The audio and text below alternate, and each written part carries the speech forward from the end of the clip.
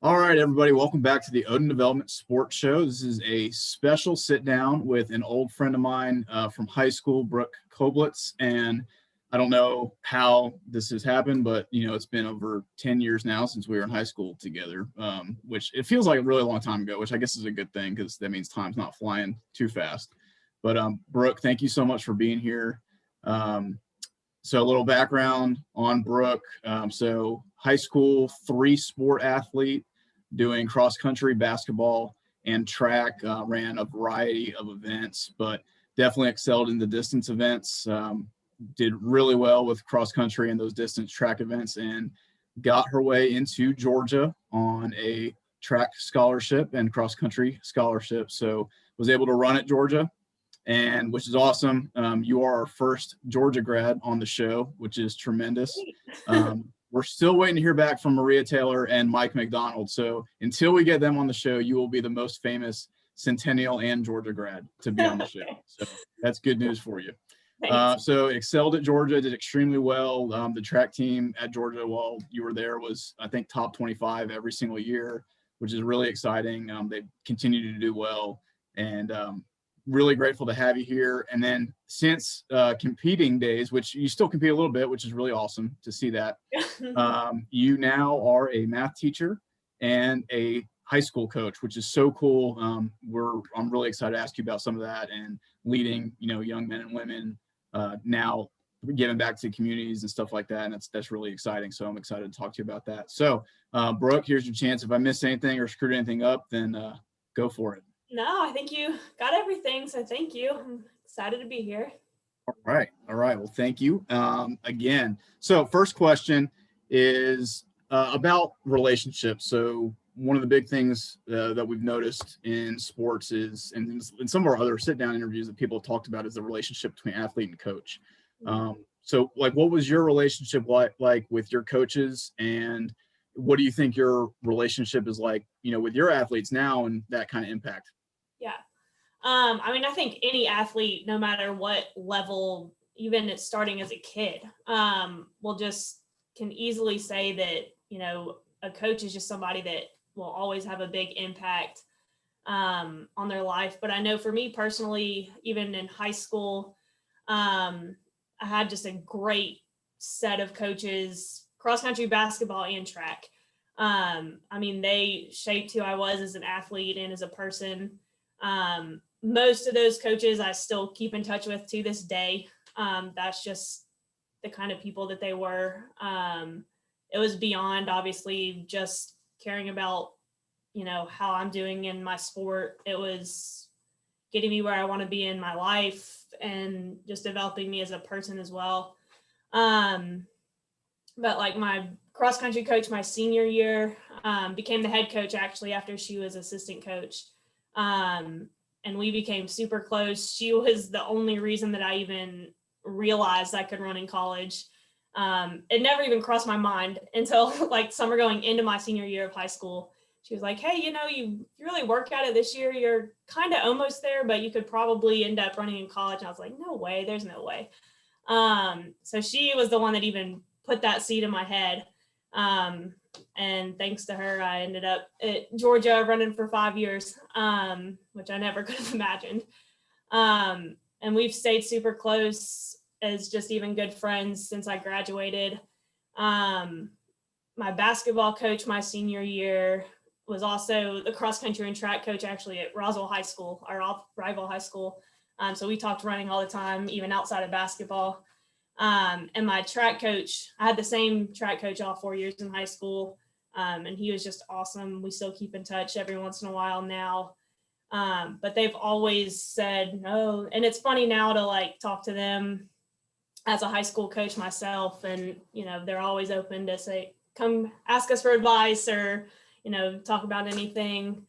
And I do think it's a different relationship with a high school coach versus then when you go and you compete as an athlete in college.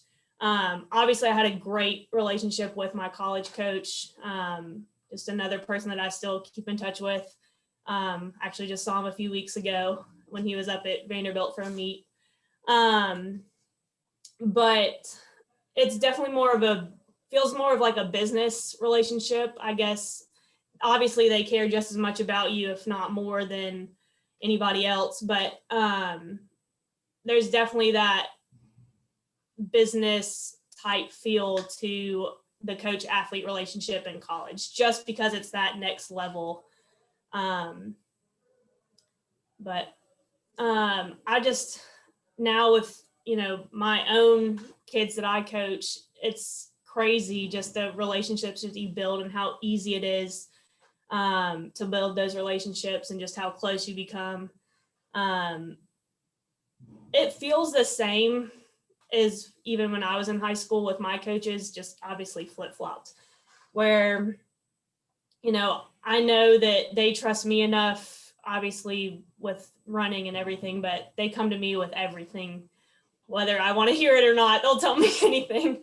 And I know that's just that sense of trust and that sense of respect. And that, I think, goes a long way more than even, how well am I training them versus, do we have that trust in that relationship enough for them to want to run for me and do well.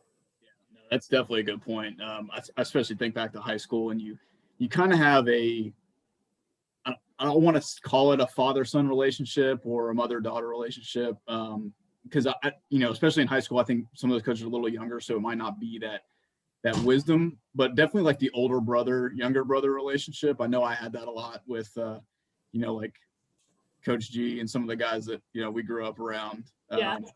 So I think that's really cool, and that's a really special relationship. I know even working with, like youth football players that I've been blessed to coach and hang out with, those guys, they look up to you so much, and I'm sure your athletes just look up to you, even without the accolades and the awards and the championships that you've had and the success that you've had in running, just looking up to you as a person. I think that's really special. Something you brought up, I thought that was really cool, and something I think about a lot is that business relationship, more so in college. And it's kind of hard to avoid that because it's in college sports, especially in the SEC, there's so much money into it, and it is a business, right? Like, you've got to win, because if you don't win, then you're going to get the axe. But it's really interesting. I've done a lot of studies and a lot of research and looking into different things. But as you progress through sports, from the lower levels through high school to college and to the professionals, it becomes more of a business. And so, in your position now in high school, and you just talked about it, you're talking about things outside of sports, and you're doing so much that isn't necessarily training related or helping them run. You're helping them, learn how to live their lives. And I think that's really special to recognize at the high school level. So I appreciate you sharing that. Yeah. So then we talked a little bit about this, but like, what are some of the athletic lessons that you teach your players, your athletes, either intentionally or not intentionally? We talk a lot about the traits that you kind of get, but what are some of those lessons that you teach them? Especially just a sport with like running. And as much as they are like, I hate running, it sucks, it's that character building and just that camaraderie that you get when you're running with your group of friends. And I think that builds character more than anything. So it's that character building. It's just that self-motivation and that drive that you develop within yourself that carries over into anything, where you just learn that self-discipline, the motivation. I think that's just a huge life lesson. And the biggest thing I usually preach is, running is such a mental sport. If you're telling yourself, I don't feel good, this workout or this race, I'm going to do terrible, it's probably going to happen. You tell yourself, hey, I got this, I've been training for this, I'm ready for it, I'm going to do great, then you'll probably do great. And I tell them that, that carries over into anything. You have a positive attitude and a good outlook on anything in life, it's, you're going to get where you want to be. But even just some of the other lessons, we talk a lot, especially as a high schooler, just how do I get to where I want to be in college? Not even just running. What is my life going to look like, college, career? I think they like to ask me just a lot about how I got to where I was. So there's those lessons wrapped in. I mean, it's everything. I think But that's pretty special. And yeah. the mental thing with running, you're spot on. I mean, I hate running. I'm not a very good runner. I'm probably not in the best line of work for that because we have to do it fairly often. But Yeah. even, when we do our fitness tests and we have to run every day, and every time you do it, you're like, gosh, I really don't want to do this. But Yeah. you get through it, and if you build that mental toughness, you learn how to kind of fight that. And I think that's really special about running, even as much as I don't like to do it. So you said that I think it's kind of funny. Is I've only played like organizationally, I've only played team sports, right? Football, rugby, those things, and that camaraderie I think is kind of a natural part of those team sports. So when you brought up that you have that camaraderie of running, which is something that I think of as like an individual thing, because for the most part, other than passing a baton to somebody else, like really it's kind of just on you and how well you do. So I think that's pretty funny that you brought up the camaraderie about running, and I think it's something that we connect in the Marine Corps specifically, but other branches as well, is that shared misery of experiences. Shared pain. Yeah. Exactly. Like, if you make everything hard and if you make it difficult, then and you've all done it, then you can all kind of go back to that shared experience. So I think it's pretty funny that you brought that up. Yeah. Those lessons are so good, by the way, and the discipline and things like showing up to practice on time and putting in the work when you really don't want to. I think those are such important lessons. So that's awesome. So building on that, having ran for years, played basketball for years, just being involved in sports outside of the obvious, physical fitness traits that those sports kind of built with you. What are some of the other traits that you kind of learned from sports and have really been important to you as now you're progressing into the the leader and the coach and teacher role? Right. And especially the teacher role, like you said. I mean, any student athlete, I think the biggest trait you want to develop is, I mentioned this earlier, just the self-motivation. Like you've got to to get places, be self-motivated. But I think one thing that I definitely have learned and that I know, I try to teach my athletes now is just time management. If you're doing a sport and trying to manage school, whether it's high school into college, whatever it might be, you're going to be busy. Like there's no doubt about it. You're on a set schedule where you've got to get everything done for school, work, whatever it might be, plus the sports and the athletic side of it, where you're at practice, you're training, and you're going to be tired from all that. But the time management piece is huge.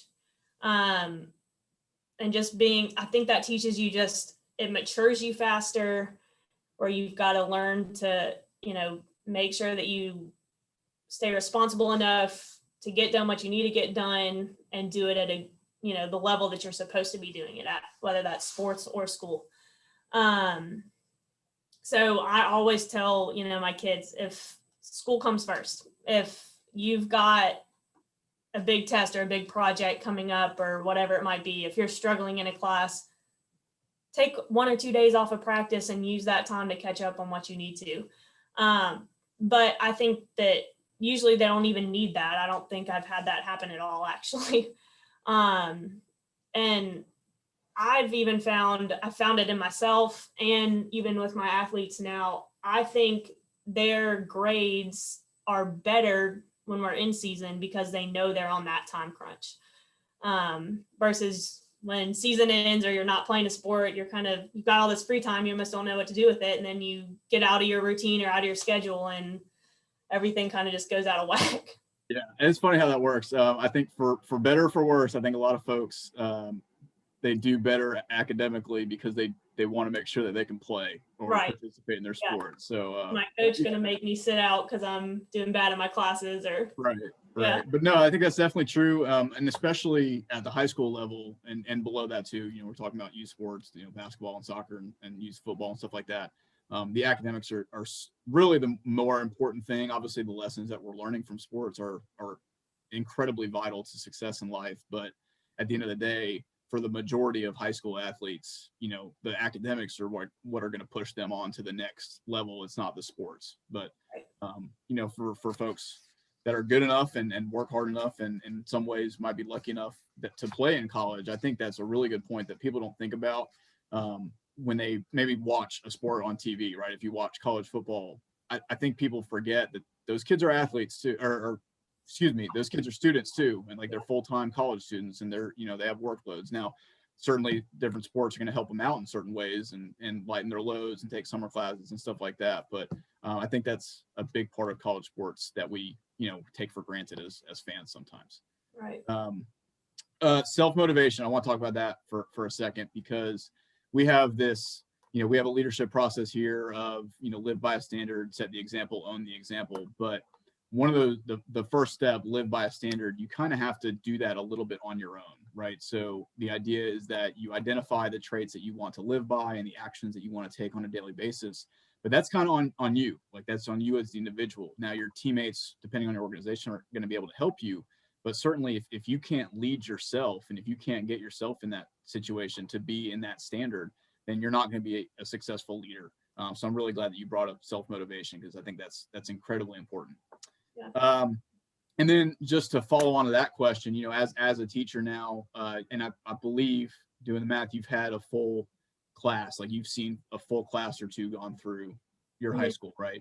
So yes. As you've kind of experienced those and watched those students go through, do you see the growth like pretty rapidly from the time they come in, as freshmen or as new students, and by the time they leave as seniors? Like, what are some of those things that you see and you're like, gosh, I'm so proud of that student because of, the man or woman that she is, not necessarily as the runner that they are.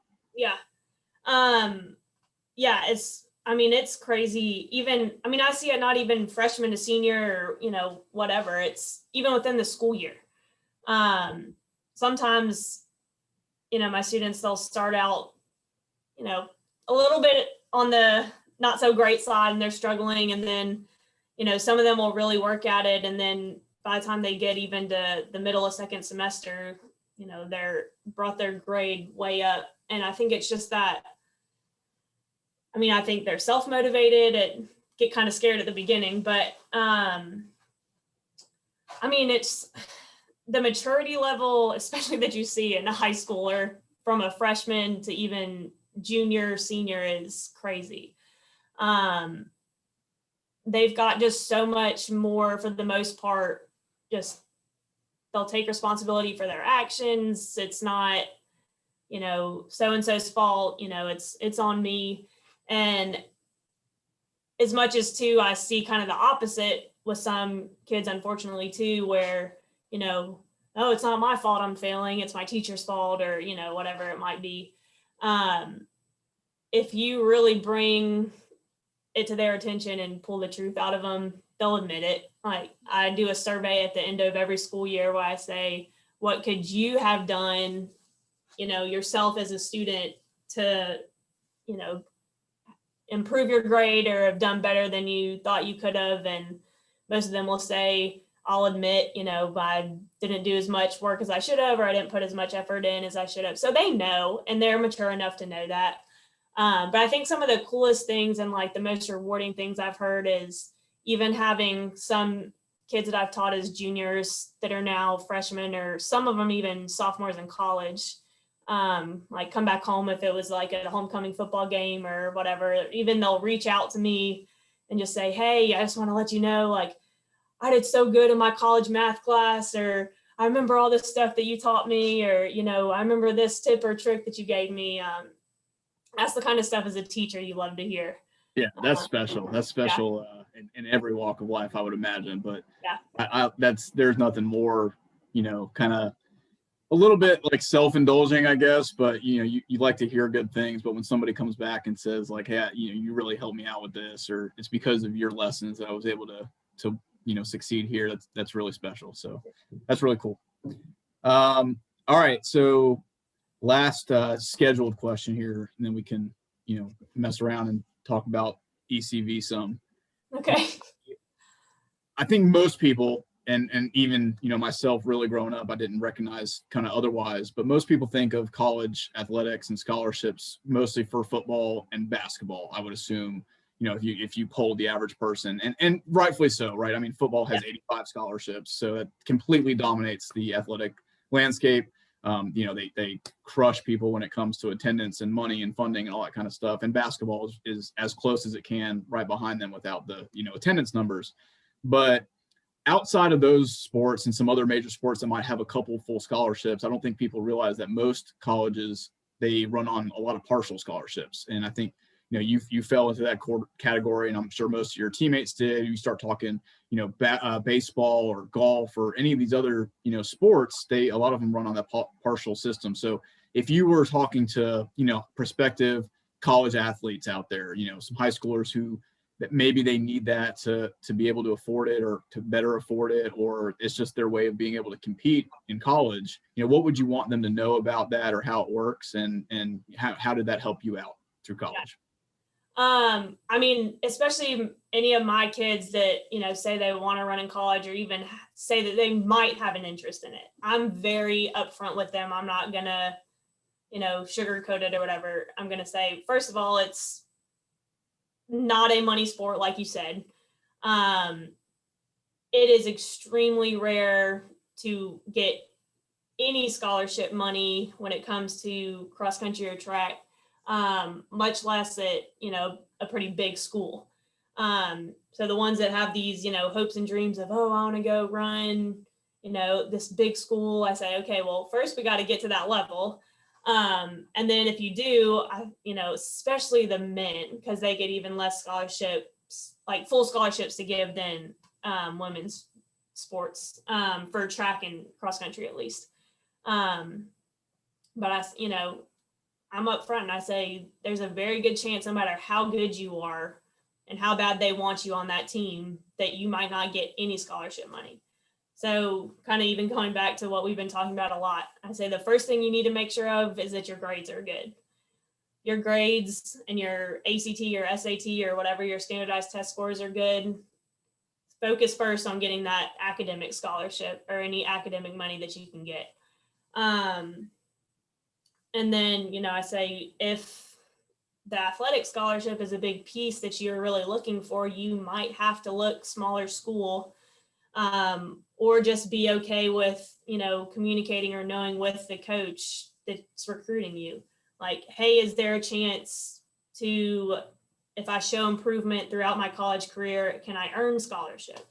And I think that's the case for a lot of athletes. If they come in as freshmen on nothing or preferred walk-on or whatever it might be, if they develop well enough into a top-notch college athlete, a lot of times the coach will come back and say, all right, we've got some scholarship money to offer you. So it changes year to year.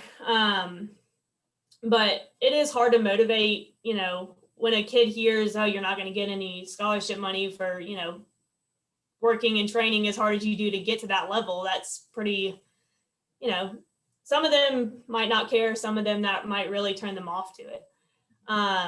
But then I also try to go back and explain, well, even if you don't get actual scholarship money, there are so many perks to just being a college athlete, whether you're walk-on, no scholarship, or preferred walk-on.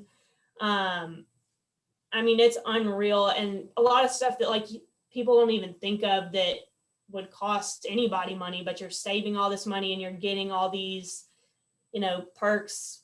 Like when we were athletes, we had all of this available to us whenever we wanted. We had tutors for any classes or courses that we needed. We had counselors, we had nutritionists, all the sports med and, massage therapists and physical therapists and all that, just right access at your hands whenever you needed it. On top of that, obviously being part of a college team, you get all the gear and all the, travel perks and meal money or whatever it might be. But I think that's just kind of some stuff that, people don't realize. Yeah, I'm not on scholarship, but I've got all this stuff handed to me on a golden platter, basically. Yeah, certainly. And then beyond that, you have the experience of being on a team, and you get that camaraderie like we talked about earlier. I think the traveling thing, is a big thing people don't think about. I mean, you have, folks who, haven't really maybe left their hometowns too often, and they, get put on a team, or really they earn their way onto a team, and then they get to go travel around the country and go to these cool places. And in your case, compete in track meets, all around the country and really around the world, especially for you in some cases. So that's really cool. Yeah. And I think that's an opportunity people don't realize, but certainly, all the stuff that goes into college sports, I think people don't recognize that. And there's a lot that goes into it beyond the scholarship money. And I think that's really cool for you to bring that up. But obviously, a big piece too that I missed is if you're a college athlete, when it comes to, job or career time and you're starting to interview and you go through that whole process, if you've got college or student athlete in college, no matter what level, they're not going to care what kind of scholarship you had, even if it was none. If you've got that on your resume above anybody else, you're at the top of the line, because it goes back to just knowing self-motivation, dedication, time management. They know that those characteristics are built into you versus any other applicant that's applying for the same job or position that you are. 100%. We talk about that all the time here. And obviously, being a jock in nature, I do probably have a bias, but, as much as the academics are important, and we talk about that, like it's going to get you very far, those traits that you talked about from playing the sport that I know that you have, because on your resume, it says you participated in this sport, those traits go so far when, evaluating somebody. I think that's a really good point. So appreciate you bringing that up. All right. So what is, being an athlete at Georgia, I think is such a cool experience.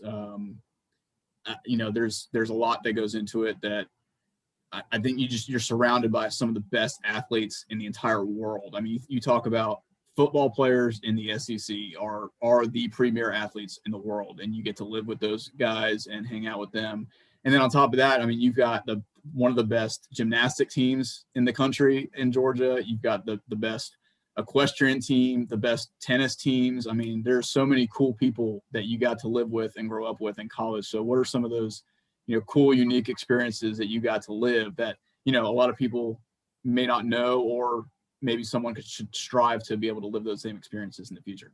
Yeah. Kind of like you said, you're just constantly rubbing elbows with people that, you're like, oh my gosh, like you go watch the Olympics and you're like, hey, that's my teammate. Oh wait, that's my other teammate. Or I watch them train all the time. I mean, even I know everybody, at least most people probably know Herschel Walker. He's still to this day, we'd be out on the track doing our practices and he was out there working out, like just crazy stuff like that. But then too, kind of like you said, the football players. And you've mentioned ECV, which was the athletic dorms. So I lived there for the first 2 years with the same group of girls. And we just loved it because, all the athletes are there all together. It's just a mix of everybody. We had, I don't know if it was lucky or not, but we had our dorm room was the one right by the kind of side entrance. We were on the second level, but there was a side door that you could get into the dorm building. So we left our dorm room unlocked all the time. And people coming in and out would just stop in our room, say, hey, so like it's just all that fun riffraff with all the athletes from any sport. And we always we had 2 football players that we got super close with that were like our 5th and 6th roommate. Like we would come back from practice and you'd see this big defensive lineman laying on our couch watching like cartoons. We walked in one time, he was watching cartoons in our dorm. None of us were in there. He was just waiting on us to get home. We lived right next to 4 other girls on the team. So we were always just in and out of each other's rooms. Todd Gurley one time, because we were the same graduating year. So we were there at the same time. Todd Gurley was obsessed with one of my roommates and slid her a love note under the door one time. I was like, you better keep that. He's going to be famous. And sure enough, just funny stuff like that. That's just like, you think back on it and you don't really realize like how crazy it is until, you talk about it or somebody asks you like, oh, do you know so-and-so? I'm like, yeah, I saw them all the time, or.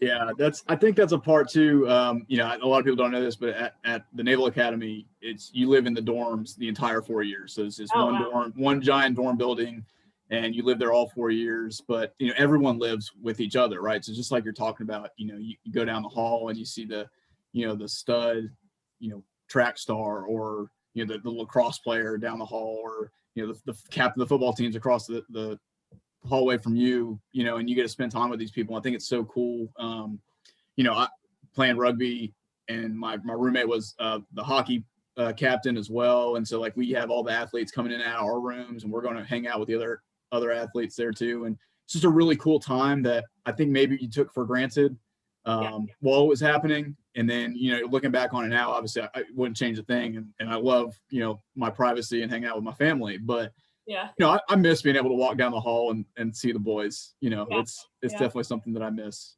So I appreciate you bringing that up. So Brooke, is there anything else that you'd like to add? Anything that, if there's a young high schooler out there who's, maybe looking for some guidance or mentorship that you'd like to share with them? I think the biggest thing is, just, and I don't know, it's such a weird difference that I see even with my athletes, and thinking back to even just 10 years ago when we were high school athletes. Just that playing field and the level of competition has just gone so much higher. But I think the biggest thing, even as a coach, that I found, especially coming off of, 5 years of running in college, and then also just thinking back to, my days running in high school too. But for any high school athlete, I would say, yes, there's that extra push in a lot of them that they want to get to that next level. But just, I think the biggest thing is, still make it fun, make it a positive experience. Whether you're an athlete and you're, wanting that positive experience with your teammates, or even as a high school coach, like I would just hate to be so intense or so hard on these kids that they look back on their, high school cross country or track seasons and they're like, man, that was miserable. Like, I didn't like that. Or my coach just pushed me so hard until, I wanted to die. So I definitely have those kids on my team that, like, I know that want to be pushed that hard, but then, the biggest thing is just to make it fun. It should be a good experience. And, it's something that you want to look back on, have good memories. But take those lessons that we've been talking about and just use them. They're going to carry you throughout your whole life. 100%. Yeah, those memories, I'll never forget it. And we were very blessed with the group of people that we got to grow up with. So I can't thank those guys and girls enough, because it was a really awesome experience. All right, so last question, and easily the most important one. We've got JT Daniels coming back. We've got a stable of tailbacks coming back. We've got a fairly decent offensive line. We've got a great front seven coming back. Jordan Davis, best defensive tackle in the country. Got some secondary questions, but really excited to see these guys, suited up next year, and opening day against Clemson. So that should be a good one. What are you expecting? What do you think we're going to get from Kirby and the boys? Oh man, Kirby and the boys. I'm hoping at least making the college playoffs this year, but we'll see. I always get my hopes up, and then they get crushed every year with Georgia football. So it's a cycle, and it's tough. And I'm so proud of them. I love watching them. I love Kirby Smart. I cannot stand when people question him. I think he is such a good human being. I think he's such a good leader of men and a character builder. We talk about it. I understand that it's a business in the college level, right? You've got to win, but he is winning. It's not like he's a slouch. He's getting 10 and 11 win seasons every year. If it wasn't for a guy named Nick Saban, he'd probably have a national championship or two already. But you can't compete against that every single time. But I agree. I'm excited. I definitely think, depending on how that Clemson game goes, that either Georgia or Alabama will win it. I don't see Ohio State bringing back as much. I think Clemson's losing a lot with Trevor Lawrence. So, that's a big drop off there, but they're going to be good. And, they're not in a conference that's going to challenge them very much. So, we'll see what happens on that opening day, but definitely excited. I'm really excited that you got to, spend some time with those guys and with all the, fine men and women that you got to. And thank you so much for sharing your experience and sharing your stories with us. Really gearing up the season coming up here for y'all. So wish the Knights good luck. I know that's crazy. That was our high school mascot. Now you're doing the same thing with the same school colors too, which is insane. But all to see, yeah, so weird. Yeah. But we wish you all the luck. Give your best to all your athletes out there, and for all the viewers out there, thank you guys for your support. We appreciate everything. Brooke, thank you. Good luck this season, and that is going to end it for us today. Awesome. Thanks for having me.